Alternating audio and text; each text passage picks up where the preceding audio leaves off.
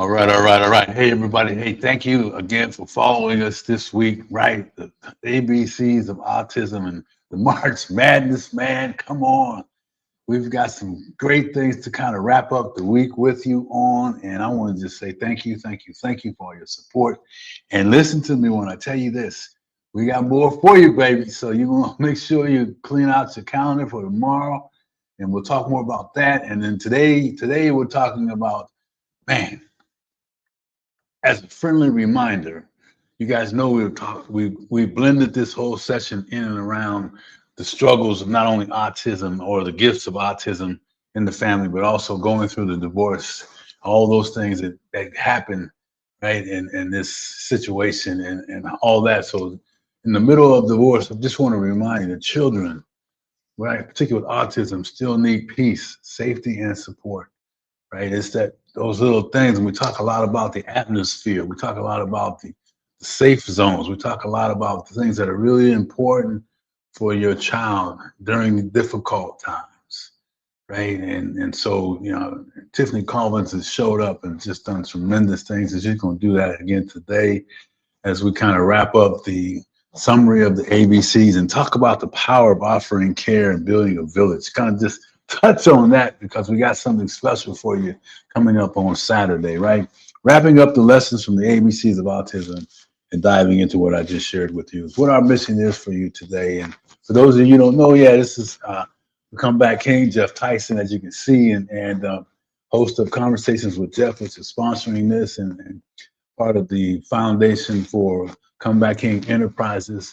Man, and so we are excited to help you amplify the message that you're a part of, and that's stepping into these opportunities. I don't want to call them struggles, but opportunities to grow and strengthen ourselves, right, in the most difficult times, and turn our stinking thinking into a resource of strength, right? So today, as always, all I ask you to do is when you come in or you catch the replay, drop a note into it. Hey, replay, and this is what you think, and this is what you thought.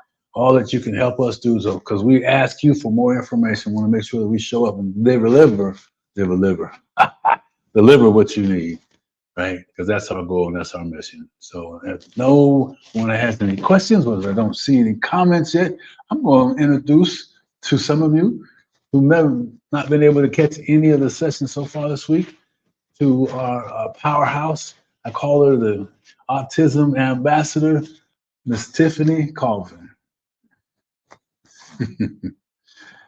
What's going on? Hello, hello, hello. It is Friday. Friday, yes, indeed. And it is March Madness. That's right. That's right. I'm a little sad. I think when I went to bed, I think my team was losing. I don't know if they won. I haven't seen yet. So, that's what it's called March Madness for, right? It's That's what it right. is. That's And right.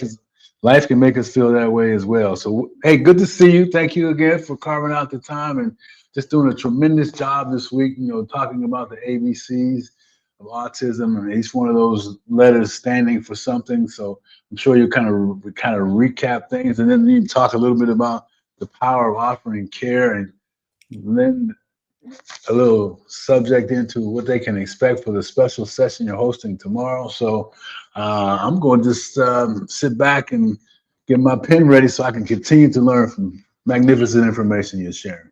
Yes, yes. Thank you again for having me. And we thank you for offering this opportunity to those in the disability community to glean information and to find a community that they can come to. So we've been talking about the ABCs of autism. The A is for autism. Just explaining some of the features of it being a lifelong journey. And a lifelong gift that we have as parents and caregivers the opportunity to open each and every day. Next, we talk about the B. The B is for behavioral modifications. What things can we do within our home in which we have the control to be able to help our child or our loved one in their successful journey through autism or whatever disability they may have. And then the C, we're looking at care, our care plans. How are we going to plan out their years, even if it's just planning out their day. Sometimes we go through what we call the D's of the disability, the disappointment, the disheartenment, the idea that, hey, this is causing division in our home, the disillusionment. But the thing is that if we come together and try to come up with a strategic plan, that is so important for the success of our loved one.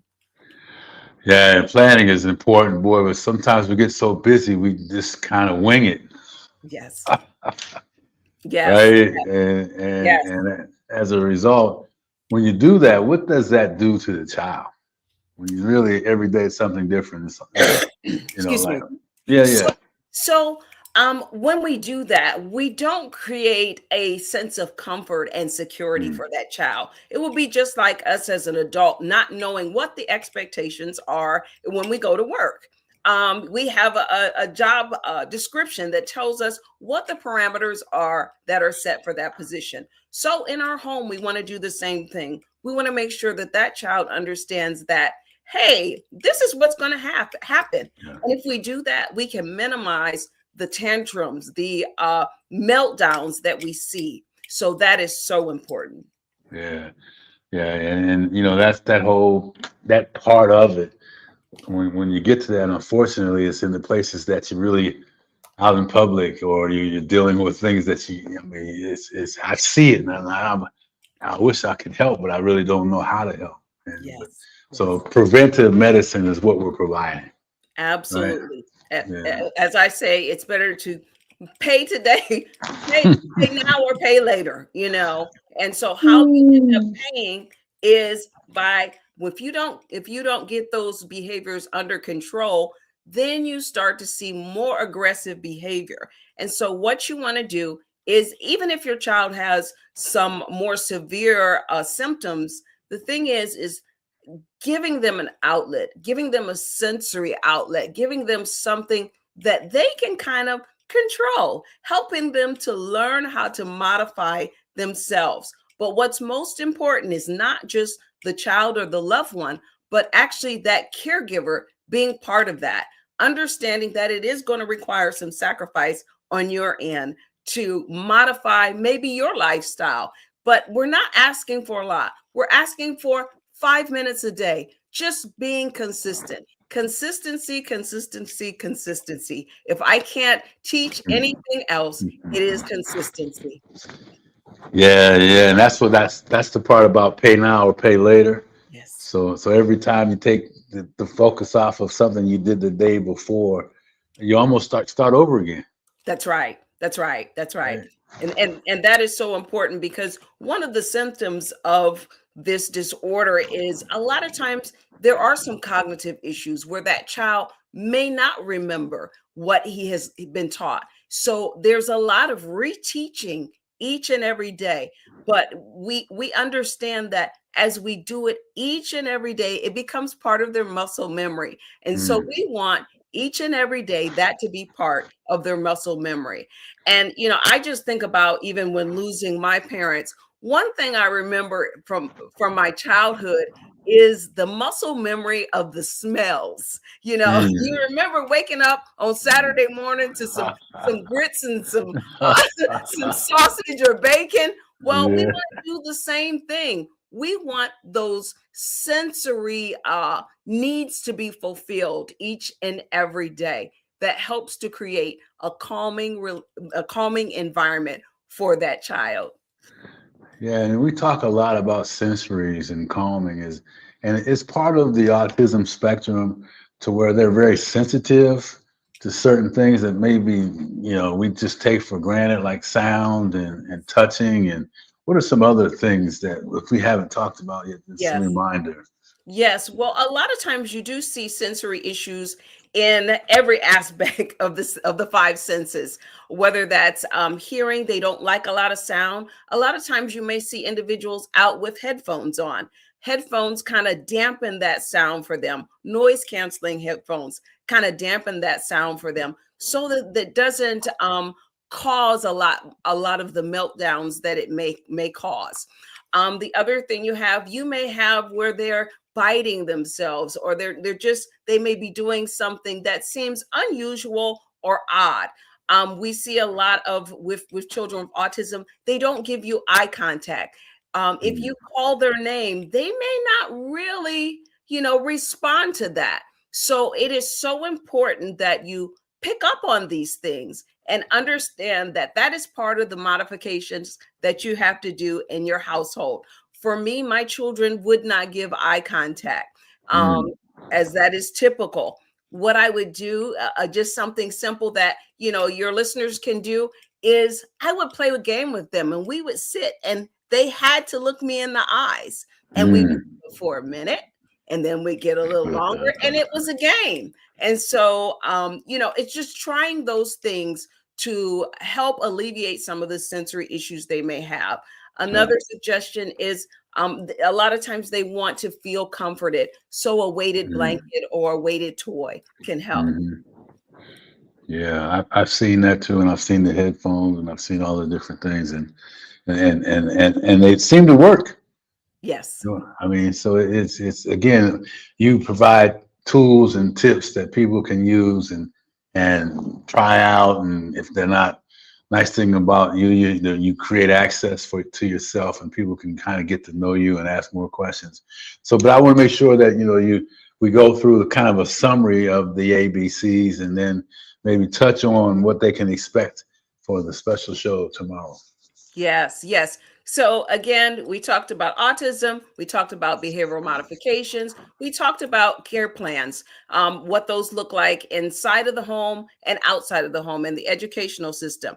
So what we want to talk about tomorrow, we have a special guest who is on both sides. So she has family members that are on the autism spectrum, but she's also been a care provider. So we want to bring her in, and so that she can speak to both sides. She's also an artist and a photographer. So additionally, looking at therapeutic models or creative ways to have outlets, sensory outlets for children or adults with disabilities. Yeah, there's a lot of talk and science around art and music and laughter that helps the healing process, that kind of increases the learning capabilities, and so I'm excited to have her here tomorrow, and the whole thing, and we talked about it too, is it's about being able as an extended family member Yes. to be able to step in, right, and be that extra resource, pays dividends, and sounds like you think she'll be able to tell us some of the things that someone can do that's basic enough that they can make a difference and give that caregiver, that parent, some time away.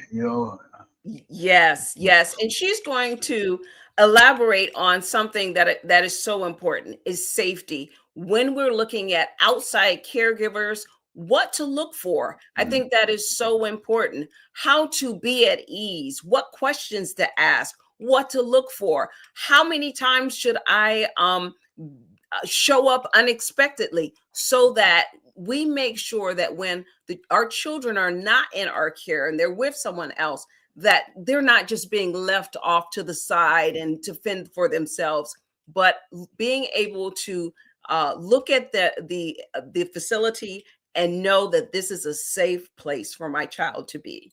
Yeah. Yeah, and I'm sure that overall most businesses have the full intention of providing the best service Yes. possible, but can you share in your journey, if you encountered a place that wasn't, and then what did you do about it? I don't know if you had that experience. Yes, yes. So a lot of times what you will see is when you go into a facility, they may look at the child and say, well, they've got a disability. And they just kind of feel like, we'll just lower the standards. You Mm, know, they'll just learn how to do their A, B's and their C's. And that's it. Well, we have to understand that we don't want our child to be limited by the label. We want right. them to reach their greatest potential. And so it is so important that we know what to look for, know the questions to ask, and know what to do if we need to remove our child from Yeah. that scenario. And have you had to do that, the removal part in your I journey? You mind? Yeah. Absolutely, absolutely. Even within the educational system, just looking at, I say not pushing that child to reach their potential. Just kind of clumping all the kids together and saying, we're going to teach to the lowest child. Well, Mm. my child may be able to do a little bit more than the Yeah. lowest child. So, Yeah. in instances like that, sometimes you have to push back. If you're not getting what you need, you might need to get in contact with an advocate, a mentor, someone else that can stand alongside you in an IEP meeting, or to speak with the professionals and push back on that. Yeah. And I wanted to just kind of to speak. This is kind of more. My daughter's in the teaching environment and doing these things. So, and her whole thing is to serve and overserve and all that. She's that teacher that people can't wait to come back and see later, and all these things we hear about, right? And so, but how are you working with institutions on helping the caregivers, the teachers have better awareness and better understanding of behavioral modifications? Is there something like that available? Uh, Well, absolutely. A lot of the organizations today do offer continuing education credits and opportunities for trainings. A lot of times you can go online if you don't have access to it within your department or whatever. But it is so important, both for parents as well as educators, to access these programs. And if there's a question, sometimes just even Googling mm, to find out what accommodations can be put in place. What is it that, let's say a child has a sensory issue, what are some suggested methodologies to be able to reduce the tantrums or the meltdowns that they may have? So it is so important. And a lot of times I've found that as a parent or a caregiver, speaking to the teacher, if they don't know something, give a suggestion. You're a collective. You're not to fight that teacher. They're right, trying to teach your child. You're trying to teach them sometimes about your child. right. I like the point you just said about it's a collective, Yes. and it kind of leads into the goal part of tomorrow's conversation around building that village and how that works, because it's I say it all the time in these conversations, man. You can go further by yourself with frustration, or you can go faster by yourself with That's right. frustration, but further in a population of like-minded individuals with all the same goals and same purposes. Yes. So Yes. I can't wait to hear how that conversation is going to be tomorrow, and how you build it, and you don't have to be in the immediate family group to be Yes. able to help build that, and learning some stuff. And now I've been meaning to ask you this all week. Sign language. They say that's easy to learn. Is it? Is it? Well, I'm not talking you're doing whole sentences. When my Yeah. guys were little, I just learned simple things like hello, or, they wanted more, if they wanted more of something, because they wouldn't articulate that, okay, I want more food. So Yeah. those types of small options for them are so important. And again, back to the visual cueing, and creating a schedule or system in place so that they can communicate even if they are nonverbal. Yeah. And I Yeah. think something you said that was so important. You just were talking about, it's easier to get more bees with honey. So Yeah. when you're dealing with practitioners, when you're dealing with people in the educational system, don't come off as aggressive, but come off as complimentary and saying, you know what, I appreciate you being Yeah. their teacher, and I appreciate that you've brought these challenges to me. How can we work together? Yeah. Yeah. Yeah. So now I gotta ask the opposite of that, because this is a real conversation we're having. What do you do with that person for whatever reason is the wrong person? Correct. You know, and they, I know business being where they are, and they're mad at the world, and your child is just, you know, just that, and because that happens. So Yes. have you had to deal with that type of person, and what suggestions, if you haven't, or did you use to move Yeah. forward? Yes. So, what is so important in that type of situation is, again, you don't want to come off confrontational, but what you do want to come off is you want to come off educated. You want to come Mhm. off with, hey, this is the data, not, this is my opinion. This is what I'm seeing. And so that's Mhm. why we alluded to it earlier in the week, taking pictures, having video, saying, Mhm. you're saying that my son is doing this, but this is what I'm seeing. So being able to sit down together, collect the data, work together, and if they cannot work with you, then sometimes we have to go to a third party, whether that be a mentor or an advocate, or there are agencies out there that will help. Sometimes we may even have to get an attorney involved. Um, Mhm. but I, in the future, we will talk about how to resolve those types of issues. Yeah, and I mean, at the end of the day, you want to get it resolved before it gets to the legal aspects of That's it, right. because that just adds more to something that's already heavy and difficult Yes. to deal with, and so that's interesting. But I just like to ask what I things people I know they got to be going through or facing or worried about, and know that you're going to tell it to us the way it is, and so that people can gain the insight they need, and comfort level in knowing that they're not alone. Yes. Right, right. So just as we talked about tomorrow, and when you think back over the week, Tiffany, what can you kind of just summarize in a couple minutes, and then we'll let you get out of here, on what your intention was and what you hope they got. So intention was what you hope they got, and then one thing that they don't want to miss tomorrow, and we'll let you get out of here. Well, what I hope they got from this week was going from the agony of the diagnosis to the advocate, and understanding that it doesn't require a lot. It requires consistency, knowing your child, and being confident and going against others if you need to. If you have to do that, you just have to see yourself as a leader in your home as well as in your community. You are now being the voice, not just for your child, but for others. Because if your Yeah. child is being treated unfairly, there's probably another child being treated unfairly. Yeah. No doubt about that. And it's not just about yours. It's whatever we do to learn it as a unit, everybody else benefits from, right?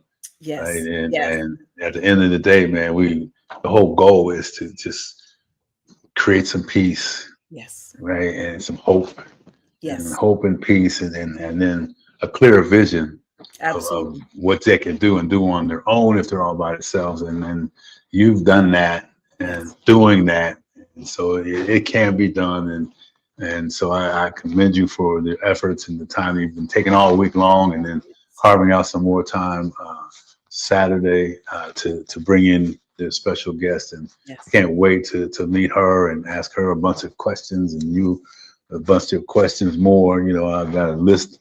And actually, they just kind of come because you trigger so many different things that are real and happen every day in people's yes, lives, right? yes. I mean, and so it's wonderful there. So, man, Tiffany, thank you. I mean, how do people get a hold of you on this Friday? I mean, what's the best way? I want to make sure I always ask that, and because some people need to get a hold of you right away. I mean, what's the Yes. best way to reach Best way to reach me is through social media. You can you? contact me. I'm on every platform there is. Facebook is probably the easiest. If you need to message me, I'll be happy to return the message and get you the help that you need. We don't want anyone to feel isolated. That is so important. That is why we are here. And I say that there's purpose in your pain. It's not just Mm. about you, but it is about helping your child, and then paying it forward. So that's what why we're here today. And I thank you again for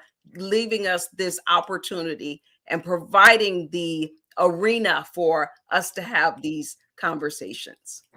Well, it's always been a pleasure, and I'm looking forward to all the other things that we can bring to the conversation and the experts that you're talking about in different phases of this stuff, and really just, man, providing hope. I mean, you brought so much hope this week in March Madness. Yes. We're marching through the madness. Marching through the madness. Because it's a journey. Yeah, and madness is probably a very accurate state. Yes. Right. But from the madness comes the blessing. Yes. Yes. Right. Yes. And you've been a blessing to us. So I want to say thank you. Thank you. And can't wait to see you tomorrow. And have a great Friday evening. Thank you. All right. Oh man, so it's already Friday, and so listen, you have Tuesday, Wednesday, Thursday, Friday of some really powerful nuggets. If you can't find those things, let me know and in the comment section, because you hear the replay, and we'll get that information to you. There's also this past Saturday, she really dove into the D's, which we're going to talk more about tomorrow, this coming Saturday. So clear your calendar. Let me just make sure you guys got the facts. It's written in the description, but I'm going to go over it with you anyway. Clear your calendar for tomorrow at 1 o'clock Central Time so you can join Tiffany and our special guest, and they're going to talk about building the village. They're going to go through caregiving from a distance and the resources that you might have around you that you're not aware of, and just some really powerful little tidbits that people can take away from the lesson and implement it into their life right now. Right. And I believe they may even have an opportunity to move forward with them in some things, but we'll get to that. But listen to me when I tell you this, that you no longer have to travel this journey alone. Right. And that's the whole goal of what we've been trying to do for you. And I hope we've reached that.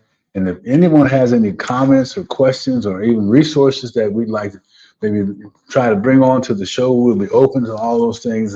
And I want to thank again our sponsor, Come Back King Enterprise, and host Conversations with Geoff International for standing in their truth, which is to amplify the message of hope, right, and build strength worldwide, and seeing the challenges and the comebacks as a lifestyle of growth, bonuses, and opportunities, and not limitations. So y'all have a great Friday evening. Put it on your calendar, Saturday, 1 o'clock Central Time. Tell your friends, clear it out. Hour maybe, right? Come ready to learn, ready to participate, ready to ask questions. If you need the replays of the other time, reach out to me and my contact information. If you're looking for a group that you need to rest in, I got that information for you. And if you can't find what you need, I'm on social media platforms also. Just DM me with the note. Been hanging out with the 3 A's all week long, and we'll be sure to get what you need. All right. Take care, and remember, don't take this journey alone. Like we say in Come Back King Enterprises, your comeback starts now. Let's rise up together. All right. Take care now.